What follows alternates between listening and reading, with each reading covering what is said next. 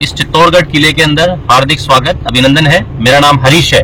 मैं चित्तौड़गढ़ फोर्ट के सारे इंपॉर्टेंट साइट सीइंग आपको एक एक करके दिखाऊंगा। Welcome to Mantas travel. আমি সুস্মিতা আর আমার সাথে আছে অগ্নি। আমরা এখন উদয়পুর থেকে চিত্তরগড়ের উদ্দেশ্যে বেরিয়ে পড়েছি। উদয়পুর থেকে চিত্তরগড়ের ডিস্টেন্স হচ্ছে 110 কিলোমিটার আর সময় লাগবে মোটামুটি 2 ঘন্টা।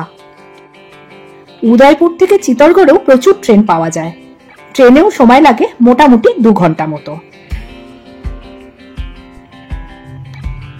তোমরা যদি সড়ক পথে যাও, পথে পড়বে একলিঙ্গজির টেম্পল। একলিঙ্গজি হচ্ছে চতুর্মুখী মহাদেবের মন্দির এবং মেওয়ারের রাজাদের উপাস্য দেবতা ছিলেন একলিঙ্গজি।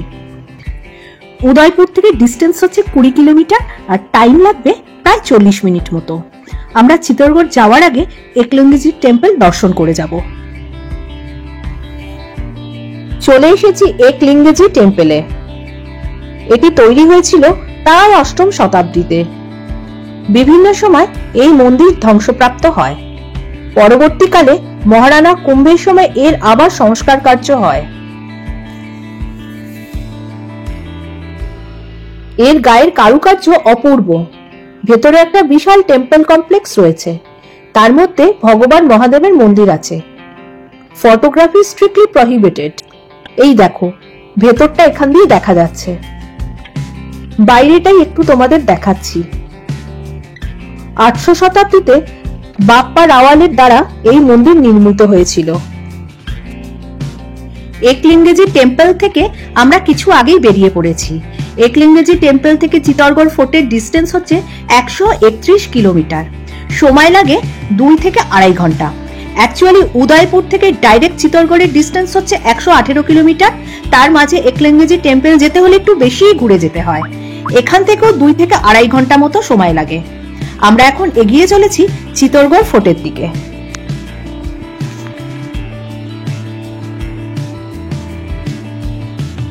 আমরা এখন চলেছি চিত্তরগড় ফোর্টের উপর দিয়ে। ফোর্টের মধ্যে আমরা ঢুকেছি। ভারতবর্ষে যে 3টে লিভিং ফোর্ট আছে, সেই লিভিং ফোর্টের মধ্যে একটা হচ্ছে সোনারকেল্লা, একটা হচ্ছে কুম্ভলগড় ফোর্ট এবং আরেকটা হচ্ছে চিত্তরগড় ফোর্ট। এবং এই ফোর্টটা কিন্তু এশিয়ার বৃহত্তম ফোর্ট। যদিও পাঁচিলের দিক থেকে কুম্ভলগড় ফোর্ট হচ্ছে সব থেকে বড় পাঁচিল, কিন্তু ফোর্টের এরিয়া হিসাবে এটা সব থেকে বড় ফোর্ট।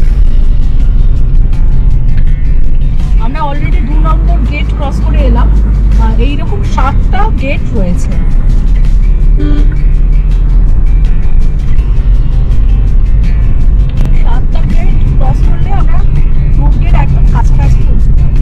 এই দুর্গের মধ্যে আছে অনেকগুলো প্রাসাদ, অনেকগুলো মন্দির, বেশ কিছু জলাশয়।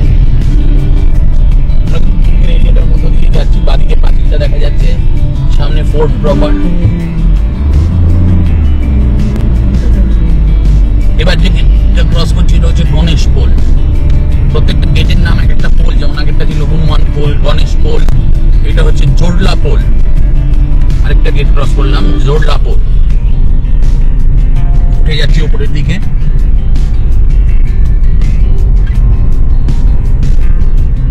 এইটা হচ্ছে লক্ষণপুর।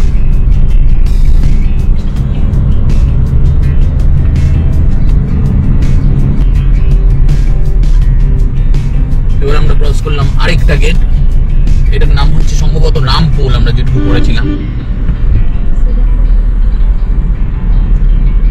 চারিদিকে দেখতে পাচ্ছ মানুষজন, বাড়ি ঘর। এটা কিন্তু একটা পাড়ার মতো জায়গাটা।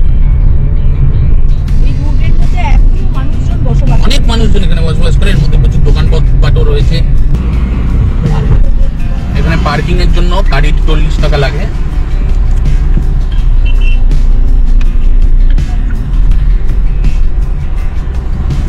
এবার আমরা নামি গাড়ি থেকে। আমরা ফোর্টের বাইরে থেকে হরিশজিকে গাইড হিসাবে পেলাম। উনি আমাদের চিত্তরগড় ফোর্ট সম্পর্কে বিস্তারিত জানাবেন। आप यहाँ राइट साइड में देखिए कुछ रूइंस जो आपको दिखाई देते हैं। ये खंडर जो आपको दिखाई देते हैं, ये चित्तौड़गढ़ फोर्ट का सबसे मेन पैलेस था, जिसको बोलते हैं महाराणा कुंभा पैलेस। जिस पैलेस के अंदर बप्पा रावल से लगाकर राणा उदय सिंह तक सभी जो राजपूत फाइटर्स थे और उनके जो राजा थे वो इसी पैलेस के अंदर रहते थे। तो यहाँ अपन उतरेंगे, पहले इस पैलेस को देखेंगे। इस पैलेस को देखने में लगभग 15 से 20 मिनट का समय जाएगा। उसके बाद वापस अपन गाड़ी से बैठ के नेक्स्ट प्लेस विजिट करेंगे। सब चीजें देखने के लिए गाड़ी का यूज में लेना होगा, क्योंकि पैदल देखने में 2 से 3 दिन का समय लग जाता है। इतना बड़ा ये चित्तौड़गढ़ का किला है। आप उतर के मैं आपको इस फोर्ट का ज्योग्राफिकल लोकेशन, हिस्ट्री पूरा एक्सप्लेन करता हूँ। चित्तौड़गढ़ का जो किला है, ये किला राजस्थान के साउथ ईस्टर्न पार्ट मेवाड़ में है। राजस्थान पहले 2 बड़े भागों में डिवाइड था, मारवाड़ और मेवाड़। तो मेवाड़ एक बहुत बड़ा स्टेट था और चित्तौड़गढ़ फोर्ट इस मेवाड़ का कैपिटल था। तो ये किला विंध्याचल जो रेंज है उसके ऊपर एक प्लेट्यू होता है, पठार वैसा है। और इस फोर्ट 8 किलोमीटर लंबा है, चौड़ाई इसका 2 किलोमीटर है। इसका पूरा एरिया 700 एकड़ है। इस पूरे 700 एकड़ एरिया में छोटे बड़े 113 टेम्पल्स हैं, 84 वाटर बॉडीज है। সূর্য বংশের প্রথম রাজা বাপ্পাদিত্য রাওয়াল এই প্যালেস বানিয়েছিলেন 8th সেঞ্চুরিতে।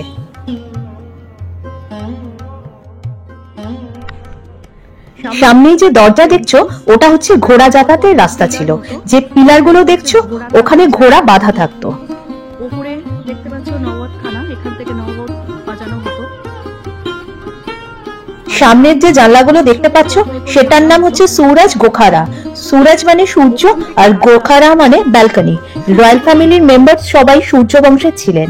রাজার ডেইলি রুটিন ছিল ওই সুরাজ গোখারাতে দাঁড়িয়ে সূর্যের পুজো করা।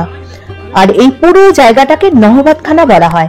এখান থেকে নহবত বাজানো হতো। इस पैलेस के 2 पार्ट हो जाते हैं। इस पार्ट को बोलते हैं मर्दाना पार्ट, जेंट्स। ये जनाना पार्ट, लेडीज सेक्शन। पहले अपन एंटर करेंगे रॉयल लेडीज सेक्शन के अंदर और यहाँ देखेंगे एक अंडरग्राउंड टनल, सुरंग। अच्छा, यहाँ एक ऐसा सुरंग है जो यहाँ से 1 किलोमीटर दूर किले के अंदर एक पानी का टैंक है जिसका नाम है गोमुख टैंक। वहां जाके ये टनल निकलता है। तो लेडीज उस टैंक में जाती थी, वहां नहा धो के भगवान शिव का पूजा करके वापस यहाँ आती थी, ताकि कोई जेंट्स उनको देख नहीं सके। अभी ये टनल अंदर से सेफ नहीं है, इसलिए इसको अभी ब्लॉक कर दिया। लेकिन जो टैंक जहाँ ये निकलता है वो भी अपन गाड़ी से चल के देखेंगे 1 किलोमीटर आगे। চিতোরগড় ফোর্ট বানিয়েছিলেন মৌর্য রাজা চিত্রাঙ্গদ মৌর্য 5th সেঞ্চুরিতে। রাজার নাম অনুযায়ী এই ফোর্টের নাম হয় চিতোরগড় ফোর্ট। 5th থেকে 8th সেঞ্চুরি এই ফোর্ট রুল করেছিলেন মৌর্য বংশ। এটা জেনানা মহলের একটা ঘর, মানে লেডিজের জন্য একটা ঘর।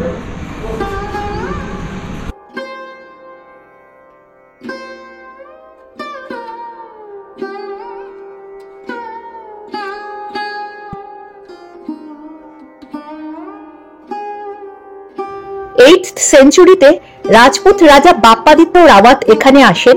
8th সেঞ্চুরি থেকে 16th সেঞ্চুরি সূর্য বংশের রাজারা 800 বছর এখানে রুল করেছিলেন।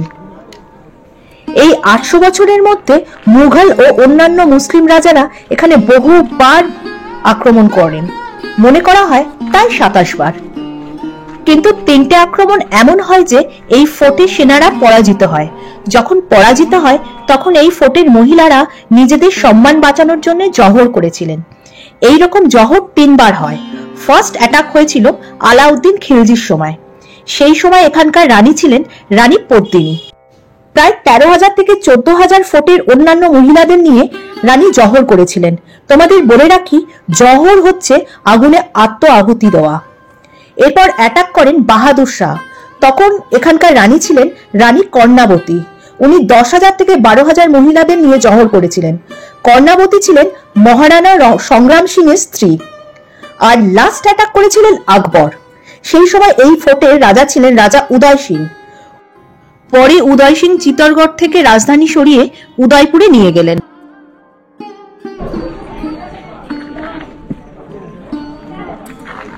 এখানে দাঁড়িয়ে আমরা পুরো ফোর্টটার ধ্বংসাবশেষ দেখতে পাচ্ছি।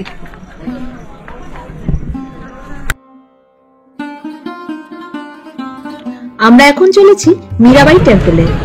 1503 সালে জন্মেছিলেন মীরাবাই। 1517 সালে তার বিয়ে হয় এবং বিয়ের 2 বছর পর তার স্বামী মারা যান।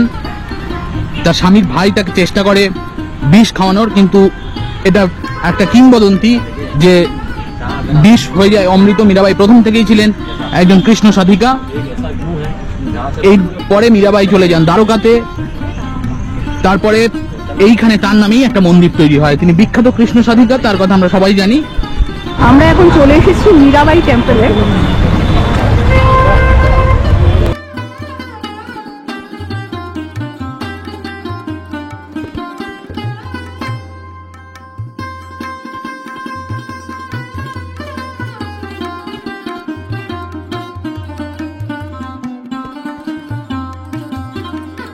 मंदिर आप देखते हैं इस किले का सबसे बड़ा सबसे पुराना मंदिर है, जिसको 8th सेंचुरी में, और ये टेम्पल था वराह मंदिर, वराह अवतार जो कि विष्णु का तीसरा बड़ा अवतार है।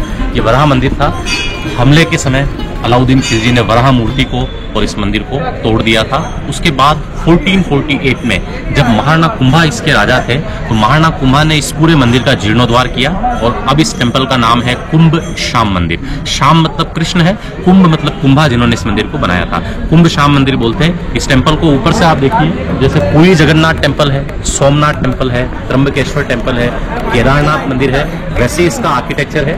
इस आर्किटेक्चर का नाम है इंडो आर्यन स्टाइल टेम्पल। तो वो आर्किटेक्चर आप देखते हैं। और इस मंदिर के ठीक सामने की तरफ ब्लैक कलर का जो आप मूर्ति देखते हैं, जो छतरी है, वो ब्लैक कलर का मूर्ति है गरुड़ जी।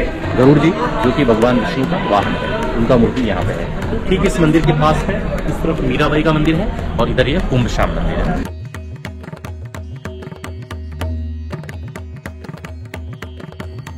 চলো এখন আমরা কুম্ভ শ্যামের মন্দির কাছ থেকে দর্শন করি।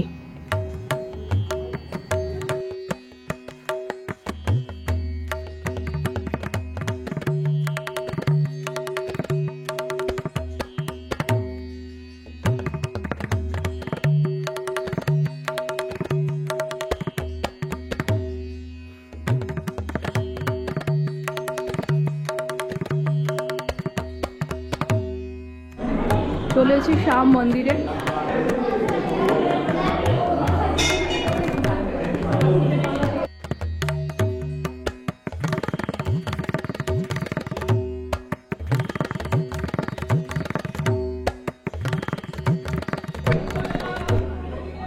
শ্যামের মন্দির দেখে আমরা এখন যাচ্ছি মীরাবাইয়ের মন্দিরে।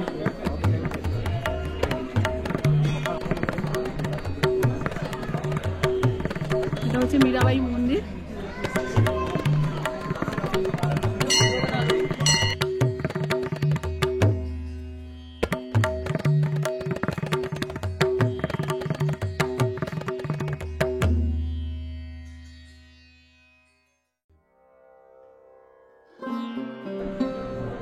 সামনেই মীরাবাইয়ের স্ট্যাচু, পেছনে শ্রীকৃষ্ণ।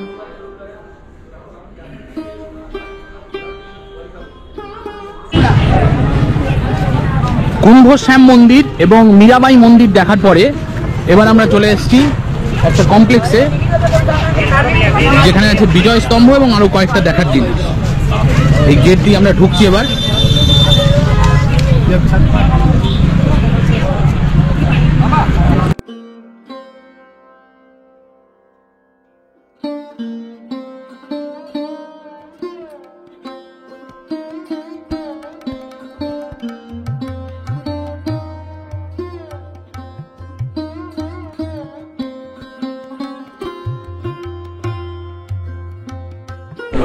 ये है टावर ऑफ विक्ट्री।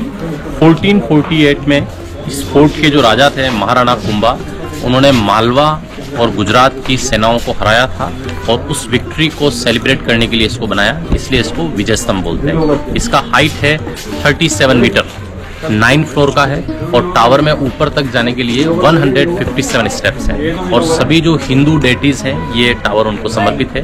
जब बना था तो इसका कंस्ट्रक्शन कॉस्ट जो था वो लगभग 90 लाख रुपए था, और 5000 लोगों ने 10 साल तक काम किया, तब जाके ये टावर कंप्लीट हुआ था। ध्यान से आप इसको देखिए, नीचे से चौड़ा है, फिर पतला है, फिर वापस चौड़ा है। भगवान शिव के डमरू की तरह इसका शेप है, और टावर जो है पूरा इंटरलॉक करके बना हुआ, इसका जो चूना सीमेंट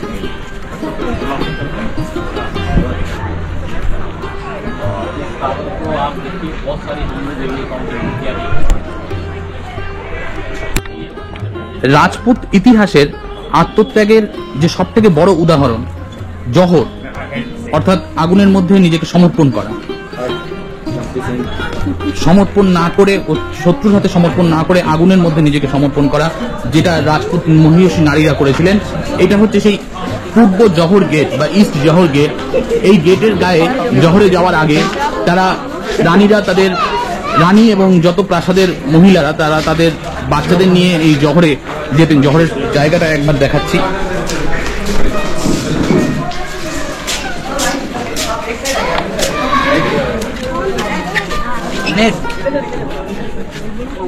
এইখানে এখন যেটা মা, এই জায়গাটা ছিল জহরের জায়গা, ভিক্টরি স্ট্যান্ডের একদম পাশে। এবং এই জায়গাতে একটা বড় নিচু জায়গা করে তার মধ্যে প্রচুর আগুন জ্বালানো হতো এবং এই দিক থেকে আমার ডান পাশ থেকে এখান থেকে নারীরা ঝাঁপ দিতেন এই আগুনের মধ্যে। এই জায়গাটা ভিক্টরি স্ট্যান্ডের একদম কাছে।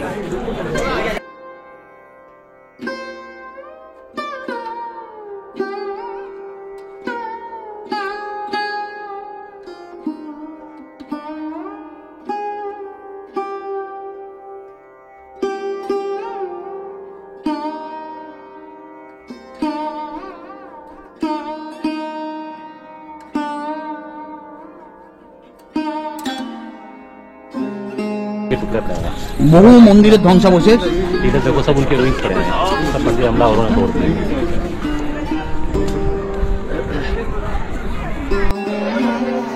800 শতাব্দীর পুরনো মন্দির।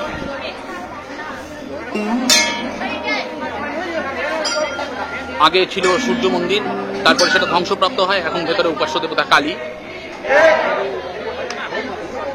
মন্দিরের ভেতরে ফটোগ্রাফি প্রহিবিটেড, তার জন্য দেখাতে পারলাম না। বাইরের এবং ভেতরের কারুকার্য অপূর্ব সুন্দর।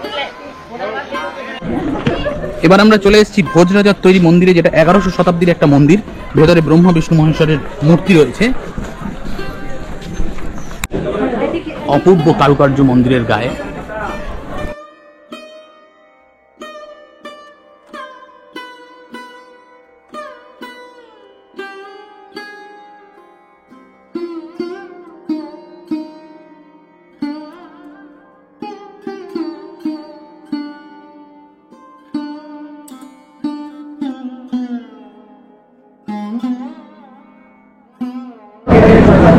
অদ্ভুত মূর্তি, ব্রহ্মা বিষ্ণু মহেশ্বর, 9 ফুট উঁচু একটা পাথরের।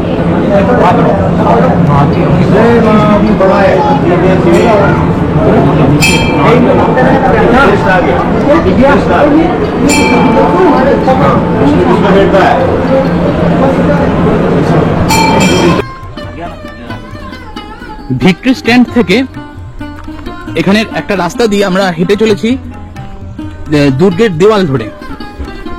খানিকটা এগিয়ে এখান থেকে আমরা একটা খুব ভালো ভিউ পয়েন্ট পাবো, হরিশজি বললেন।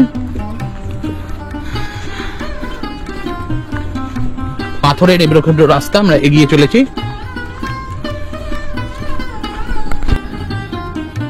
এই এত সুন্দর জায়গাটায় যাওয়ার রাস্তাটা একবার দেখাই। রাস্তা কিন্তু অলমোস্ট কিছু নেই।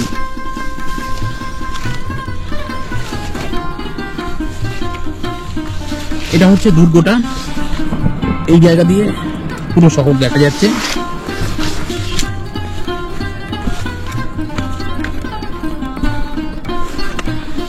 একটা বিভিন্ন পাতার গন্ধ, গাছের গন্ধ এই জায়গাটাতে। লতা গুল্ম জাতীয় গাছে ভর্তি জায়গাটা।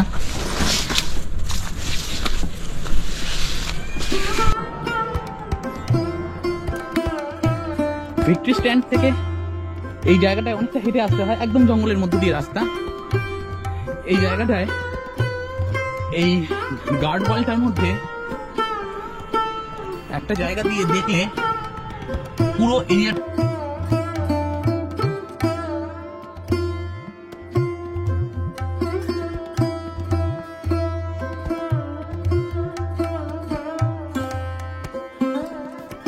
আমরা এখন চলেছি রানী পদ্মিনী প্যালেস। এই চিতরগড় ফোর্ট আলাউদ্দিন খিলজি যখন আক্রমণ করেন, উনি এই ফোর্ট 6 মাসের জন্য সিজ করে নিয়েছিলেন। সিজ করে নেওয়া 6 মাসের মধ্যে ফোর্টের ভেতরে খাওয়ার, জল, রেশন সব ফুরিয়ে গিয়েছিল। আলাউদ্দিন খিলজি আর রাওয়াল রতন সিং নিজেদের মধ্যে সন্ধি করেন। খিলজি রতন সিংকে বলেন একবার রানী পদ্মিনীর মুখ দেখতে চান, তাহলে উনি ফিরে চলে যাবেন। তখন রানী পদ্মিনী ডাইরেক্ট মুখ না দেখিয়ে আয়নার মাধ্যমে খিলজিকে মুখ দেখান। খিলজি মুখ দেখে যখন ফিরে চলে যাচ্ছিলেন, হঠাৎ তিনি রাজাকে বন্দী করেন আর পদ্মিনীকে বলেন, আপনি যদি আমার সাথে যান তাহলে আমি রাজাকে ছেড়ে দেব, না হলে রাজাকে মেরে ফেলবো। রানী পদ্মিনী ছিলেন খুবই বুদ্ধিমতী। তখন পদ্মিনী বলেন যে তিনি যাবেন, কিন্তু তিনি তার দাসীদের সাথে পালকিতে বসে যাবেন। রানী পদ্মিনী দাসীদের বদলে সৈন্যদের পাঠিয়েছিলেন এবং পাল্টা আক্রমণ করে রাজাকে মুক্ত করে নিয়ে চলে আসেন। রানী পদ্মিনীর সৈনিক অনেক কম ছিল আর আলাউদ্দিনের ছিল প্রচুর সৈনিক। আলাউদ্দিন খিলজি আবার ফোর্ট আক্রমণ করেন। তখন রানী পদ্মিনী 13 থেকে 14,000 মহিলাদের নিয়ে জহর মানে আগুনে আত্মআহুতি দেন। তোমরা রানী পদ্মিনীর গল্পটা শুনতে শুনতে যে জায়গাটা দেখলে, সেই জায়গাটা হচ্ছে রানী পদ্মিনী কমপ্লেক্স, আর সামনে পুকুরের মাঝখানে যে বাড়িটা দেখছো সেটা হচ্ছে রানী পদ্মিনী প্যালেস। আমরা তোমাদের চিতরগড় ফোর্টের মধ্যে মেইন যে পয়েন্টগুলো আছে সেগুলো দেখালাম। এছাড়াও এখানে প্রচুর মন্দির আছে। এই ফোর্টের মধ্যে শুধু হিন্দু মন্দির না, অন্যান্য ধর্মেরও মন্দির আছে, গেট আছে, স্মৃতিস্তম্ভ আছে, সেইগুলোও ঘুরে দেখা যায়। আমাদের রাজস্থান সিরিজ এখানেই শেষ হলো। আমাদের এই রাজস্থান সিরিজ তোমাদের কেমন লাগলো অবশ্যই জানিও। তোমাদের সাথে আমাদের দেখা হবে আবার অন্য কোথাও। সঙ্গে থেকো, ভালো থেকো, টাটা।